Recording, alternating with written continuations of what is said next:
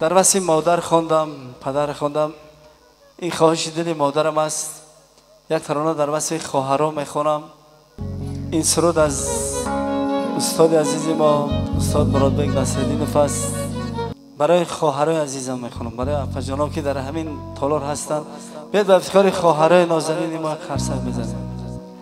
هر کسی خواهر دارد، خواهرش را دوست می‌دارد.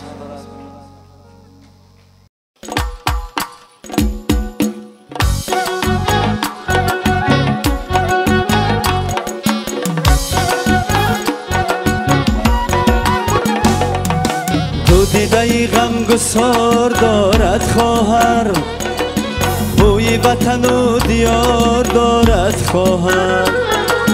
تو دیده غمگسار دارد خواهر، بوی وطن و دیار دارد خواهر. چشمش پری آب است به دیدار و گسل، صبح است که صد بهار دارد خواهر. چشمش پری آب است به دیدار و گسل، صبح است که صد بهار دارد خواهر. تسکین دلی امیدوارم خواهر، حسن دل و فیض روزگارم خواهر. خواهر خواهر نشانی مادر خواهر، بعد از مادر به جان برابر خواهر. خواهر خواهر نشان مادر خواهر، بعد از مادر به جان برابر خواهر.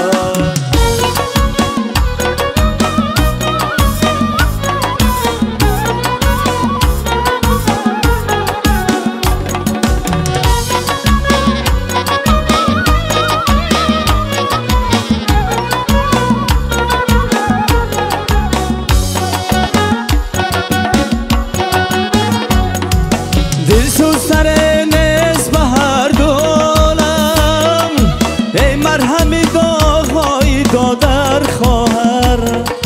خواهر خواهر نشان مادر خواهر، بعد از مادر به جان برابر خواهر. سوزد به درون سوزد و دوده نکند، تا سوختنی دماغ دادر خواهر. سوزد به درون سوزد و دوده نکند، تا سوختنی دماغ دادر خواهر. تو دیده غمگسار دارد خواهر، بوی وطن و دیار دارد خواهر. چشمش پری آب است به دیدار و گسل، صبح است که صد بهار دارد خواهر. خواهر خواهر نشانی مادر خواهر، بعد از مادر به جان برابر خواهر. خواهر خواهر نشانی مادر خواهر، بعد از مادر به جان برابر خواهر. بعد از مادر به جان برابر خواهر، بعد از مادر به جان برابر خواهر.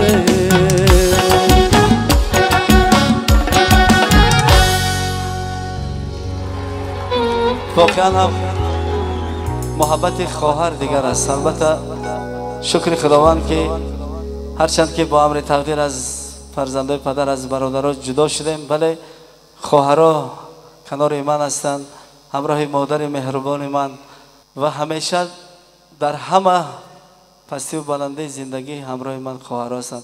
هر کسی خواهر خود دوست می‌دارد، یک خرس به افتخار خواهراتون زنه. قربان شما عزیزان.